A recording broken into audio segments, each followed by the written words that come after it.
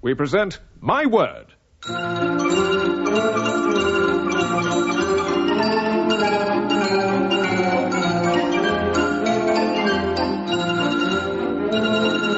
A panel game devised by Tony Schrein and Edward J. Mason. And here to introduce the teams is John Julius Norwich. Thank you. Our teams for this week are Dilys, Powell, Antonia, Fraser, Frank Muir and Denis Norden. We start off with a round of English dialect words from the highly expressive vocabulary of English country people. Did you say something? I said aye. Can you, Frank, from the sound of it, guess the meaning, assuming you don't know it already, which you probably do, of the following dialect word? Muddlefubbles. My experience of dialect words, speaking as one whose Bible is Halliwell's Provincial Dictionary of Dialects, is that all words like muddlefubble are either depression or they're disturbance of the bowels. It's For which will you plump? Which we Darling. Well, 50%. I think it's an upset tum. Too bad. It was the other one. It's a depression of the spirits, a feeling of gloom. Antonia, a Gongoozler. If it's anything about cricket, then I won't be an immediately excellent interpreter. Are you sure it's not a Somerset description of a cider party following the last match of the season? It's an awfully good idea. It's not, though. I'll give you a hint. It's a person. It's I think I was guessing. guessing What does that person do? Oh, some kind of Is he a chancer? Is he a Gongoozler? Is he a chancer? A chancer? No, he's not. I don't think you're going to get it, you know. I'm awfully sorry. I'll tell you what it is. It means an idle, inquisitive, unhelpful spectator. It's up to a point perhaps like a kibitzer. Only kibitzers perhaps try even harder. Dilys, a straddlebob. That's an insect. Yes, it is. It's an insect. Straddlebob. A cricket. No? Not quite. Not quite. What things straddle things? What do you have to have in order to straddle something? Long legs. Daddy long legs. A daddy long legs is right.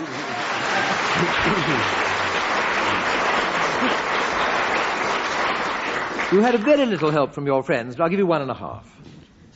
Denis, a verb, or doing word. Yeah. To Horbgorble. Horbgorble. Horbgorble. It's like, what's that word? Hobnob. It would be a countryman who mixes with cockneys who come up at the weekends. Or to mix, if it's a verb, to mix with visiting cockneys. To hobnob with the gore-blimies. It would be to Horbgorble. With, you know, you'd be rather looked down on in the pub. Glasgow, sure. Oh, right. Then it could be Glaswegians, any visiting Glaswegians you get into. If Billy Connolly plays a concert down there and you have a drink with him, you would be Horbgorbling. He is trying awfully hard, isn't he? Or being very trying. He's absolutely wrong, but what it actually means is to putter about in a feckless, ineffectual sort of way. Anyway, there we are. And so, before we go into round 2, Frank and Denis, here are the quotations that you were given for the last round. Frank, your quotation is that well-known saw, one good turn deserves another. And Denis, yours, I promised you I wouldn't sing, so I won't. Little brown jug, how I love thee. And so we come on to a round of origins and derivations. What was the origin of the following word or phrase, or from what did it derive? Frank, to do good by stealth. What was the origin? What's the origin? I'll give you a clue. It comes from literature. Charles Lamb thought that happiness was doing good by stealth and having it found out by accident. Yes, quite right. Which I totally agree with. But I think it's I think it was echoing Pope's thing, wasn't it? About Ralph Allen. Do good by stealth and blush to find it fame. You're perfectly right, and you got that it was Ralph Allen. You also were able to put in an extremely apposite quotation from Charles Lamb, so I shall give you 3 marks for the most admirable answer.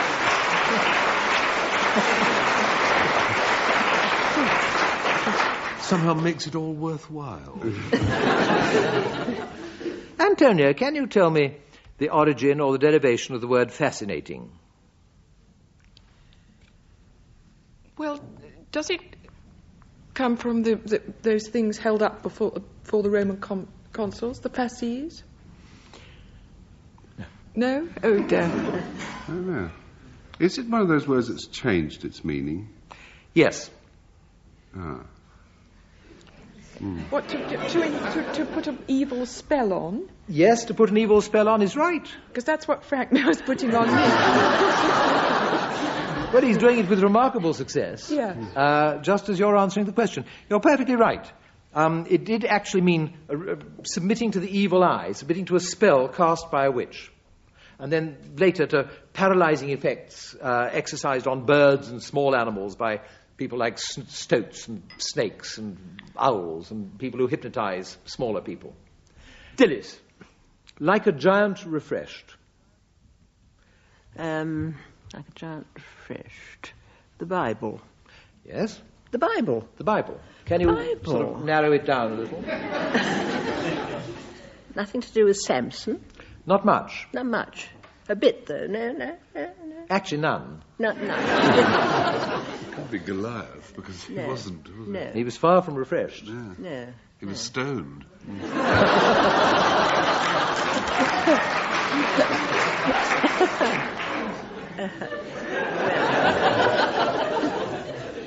It's the Old Testament, not the New. It's the Old Testament. Not Adam. No, not that. Not Adam. The Ents. Psalms. Jonathan. Antonia, I think, is murmuring, if that's the word Psalm. from my right. Psalm. The Psalms. I never could sing them, so I won't start now. Go through them What all. what a pity. Yes, I was going to run through Genesis, Exodus, Leviticus. No, the Psalms is Numbers. right. It is, Antonia has helped you a little bit. It is the Psalms. It's actually Psalm 78, verse 66. So the Lord awaked as one out of sleep, and like a giant refreshed with wine. Thank you. Wonderful. Denis, the origin or the derivation, please, of the word propaganda. Well, isn't that gander, that Latin, what do they call it? Must be. Gerund, is it? The gerund, yes, that's it. The gerund. The doing thing. Yeah. It must be done, and from propagate, propago, is it? It must be propagated. Does it work out that way? It Something does. that must be propagated. It's not actually anything to do with obligation. There's no must, actually, in the gerund. It just means the act of propagating. Or, in this particular case, actually, things you propagate. Like information. Really, it's sort of... to propagate means to multiply. And it really means to sort of multiply or to enlarge the idea that you're trying to put over. Anyway, Denis, you were very, very nearly right. Have a mark and a half. Right. And wait, if you say take 2, they're rather small. Now for a round of misprinted poetry. There are no misprints in Palgrave's Golden Treasury. But if there had been, what misprints do you think, or what mistakes, what misapprehensions might have resulted?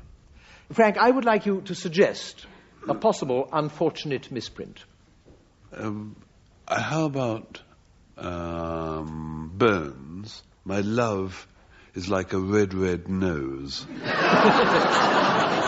Admirable, that would be. Or break, break, break on thy cold grey stones, O P. Or? I think at this point we will stop and pass on to Denis. I was thinking, what was that Lovelace poem? What was her name? On Going to the Wars. Was it Lucasta? Yes. Stone walls do not a prison make, nor iron bars a cafe. Or Coleridge, in Xanadu did Kubla Khan a stately pleasure dame decree. Very, very nice indeed. Antonia. Well, Frank's given me an idea for the song of a man with a seaside allotment.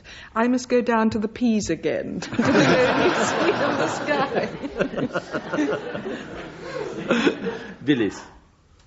Well, I think that Milton, with his well-known interest in athletics, mixed up two forms of athletic sport and wrote, they also serve who only stand and skate. Very nice. 2 marks all round. And so we go on to a round of food and drink. With which character, famous in fact, fable, or fiction, can the following refreshments be associated? And why? Frank. Lukewarm water. What? Lukewarm water. Can we barter half a mark for a clue? Shakespeare. That narrows it down. Lukewarm water? Well, that's... No. No. Oh, dear. I confess myself baffled. You confess yourself baffled? Yes, indeed. Can anybody answer this one? I throw it open to the audience, to anybody. It is actually rather a difficult one. Timon of Athens. Well done, sir. How right you are.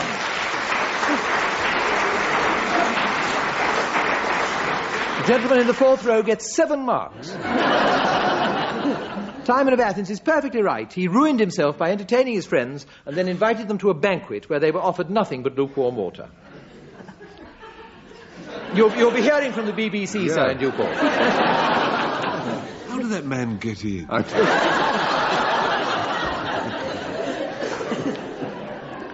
Antonia.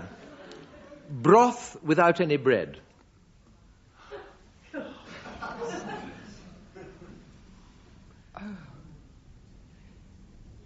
I'm wondering what the man in the 4th row needs.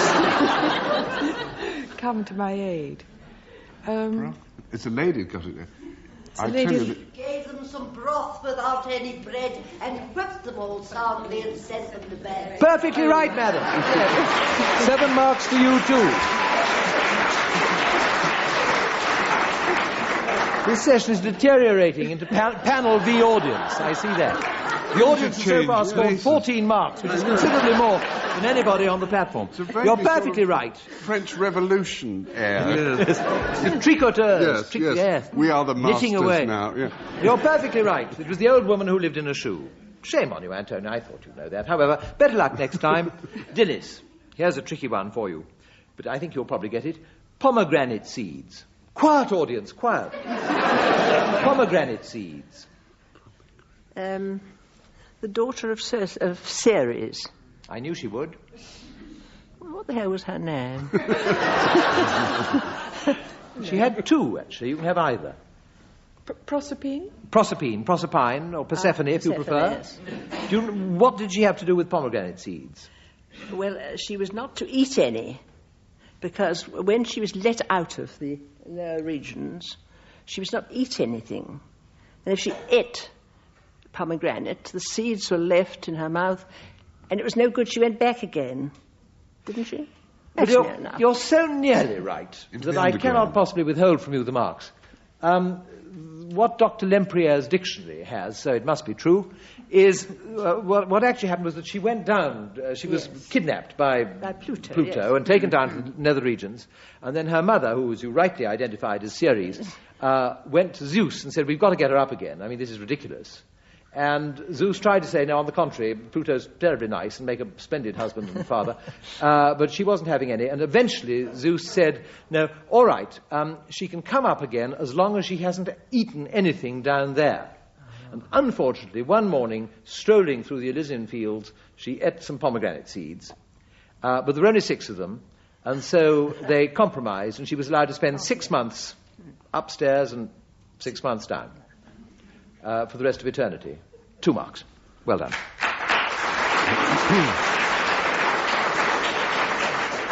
Denis, toasted cheese. Well, I don't know if it's the one you've got. The one that comes to my mind was the castaway in Treasure Island, Ben Gunn, who dreamed of cheese, mostly toasted. Perfectly right. The Spike Milligan version, yes. Ben Gunn, the maroon pirate of Treasure Island.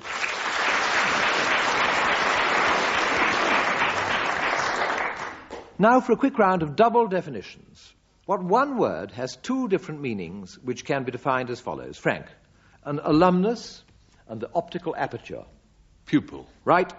2 marks. Antonia. This is a quick round, you see. Antonia, profoundly wise and an aromatic herb. Sage. Perfectly right. 2 marks. Dilys. To ingurgitate and a harbinger of summer. Swallow. Swallow, perfectly right. 2 marks. Denis, a fruitful preserve and a vehicular blockage. Jam. Jam is perfectly right. 2 marks. Anyway, we come to the last round, and Frank and Denis's quotations. Frank, your quotation, you may or may not remember, was, "One good turn deserves another." Yes, well, I'm going to be rich. I'm going to be terribly, really filthy, disgusting rich very shortly because of this song I've written, which is going to absolutely make me a fortune. I was on the beach and we had a portable gramophone, and I used to put the record on the gramophone and listen to that lovely sound. An old black fridge was sitting on a log. Oh, Mona, finger on his trigger and his eye on a hog. Or I'd turn the record over. Who's the tiger? Who's the tiger? And then my musical taste changed when I had an operatic record, a record by an opera singer. And I bought it cheap because a horse had trodden on it. And I put it on the player. And inefficiently though it played, it made a tremendous impact on me. It was a bass singer, a Russian, who sang.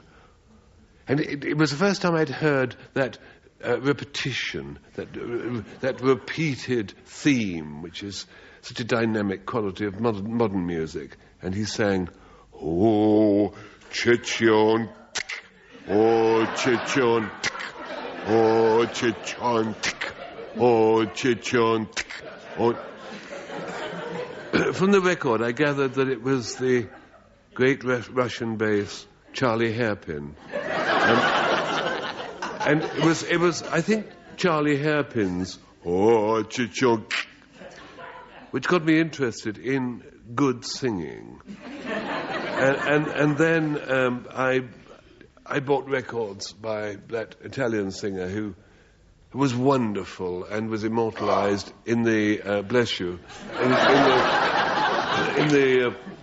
who was immortalized in the musical show written about him, Gilly. Gilly.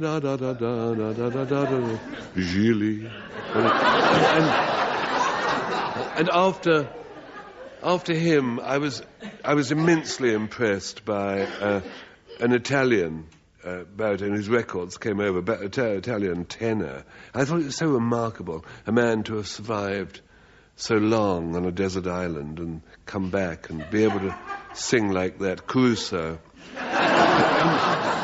I resolved that music would be my life, and my daughter had a piano which she swapped at a school friend for quite a large jar of peanut butter. And it was an imperfect instrument. I couldn't play music. What I did was I wrote the alphabet in black paint on the white notes, going into white paint on the black notes, with capital letters until I ran out of them, and then in small letters. And I found that I could note down. And it's very interesting because the national anthem, when reduced to letters, comes out as "My love is like a red, red nose. Isn't that unusual? And then it suddenly occurred to me, if I reversed the process, I could compose my song. So I reversed the compose, and I, as it were, fed into the computer. I tapped out on the notes the words of break, break, break on the cold stones OP. And it came out this wonderful tune, which I immediately put words to, and I'm going to sell, and it's going to make me a fortune. And then I thought, I'll get Denis Norden to sing it. Because it is well known that Denis is to singing what Nureyev is to non-ferrous sheet metal welding.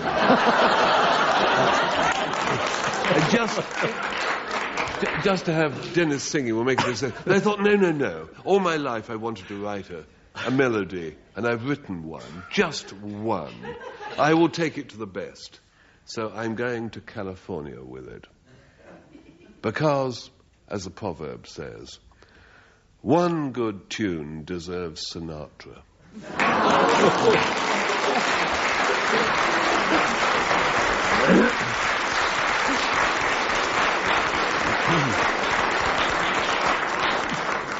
Your turn, Denis, now with Little Brown Jug, How I Love Thee. Well, up until quite recently, if there was one group of middle-aged males I never thought I'd become part of, it was that load of early morning chest thumpers you see pounding round suburban streets in over-elaborate running gear. That I did finally allow myself to be pressured into joining them must, I'm afraid, be blamed on a certain bunch of local troublemakers, my children. Now, the way they exerted this pressure on me was by a constant barrage of comments about my admittedly rather sedentary habits. They'd do things like when they left a room, they would step very ostentatiously over my outstretched legs in the armchair, and they'd say, "No, Dad, don't get up. It's better for you not to get up too suddenly because you might burst a cobweb." Well, because a man can only take so much of that sort of thing, it wasn't long before they got their way. Their only father was driven out into the ranks of those aging dawn sprinters I still privately think of as the Pink Panthers. And do you know something? I'm now glad I let myself be persuaded. I'll tell you why. Whereas formerly my attitude towards joggers could have been described perhaps as amiable derision, once I got involved in jogging myself, once I got that feel of your feet on the rain-swept pavements, that smell of the early morning streets, well, my feeling about it then became quite different. I now absolutely loathe it. I can appreciate, sort of in an intellectual way, of course, that jogging has brought some people a fresh vigour and a whole new zest for living. But what I do know is exactly who those people are now. They are retailers of tracksuits and manufacturers of running shoes. You see, because that's my first complaint about it, the financial outlay.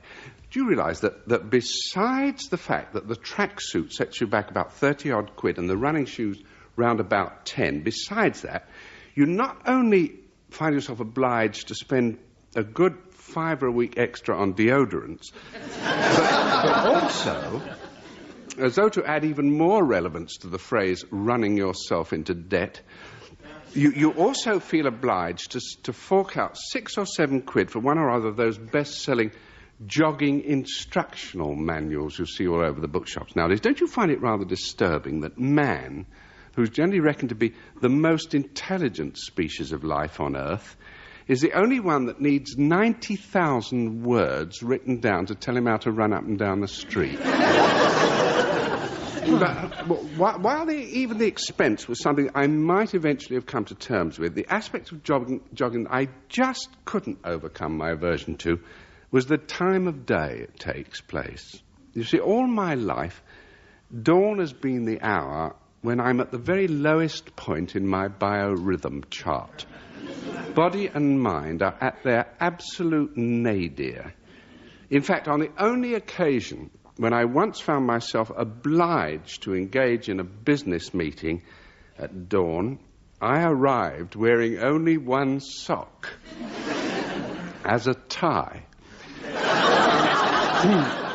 And as far as putting myself into any form of sustained physical motion at that time is concerned, the only hope I have of achieving that would be by means of a total body transplant. I think it's sad that my children only began understanding that on the third occasion they had to leave home to come and help me back to the house because I jogged into a manhole. After that, I said, perhaps I can now return to getting all the exercise that my body needs simply by taking Rover out for a walk occasionally. I could see by the expression that they agreed, even though it did mean that Rover would probably get more walks than they thought he deserved. They never did like that tortoise. None of them. Anyway, they can't say. One thing they cannot say is that I didn't give jogging a try. And having tried, I can now revert to the song so beautifully sung by John Julius Norwich, the song that sums up my opinion of it and summed it up right from the start. Little dawn jog, how I loathe thee.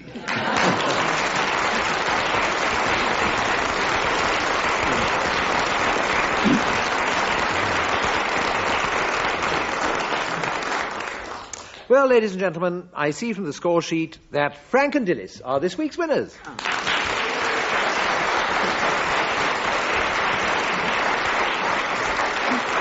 And so now it's goodbye from Dilys Powell, Antonia Fraser, Frank Muir and Denis Norden.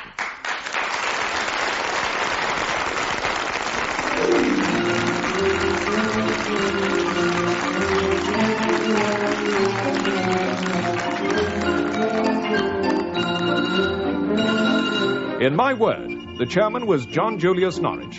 The questions were compiled by Peter Moore, and the programme was produced by Denis Norden.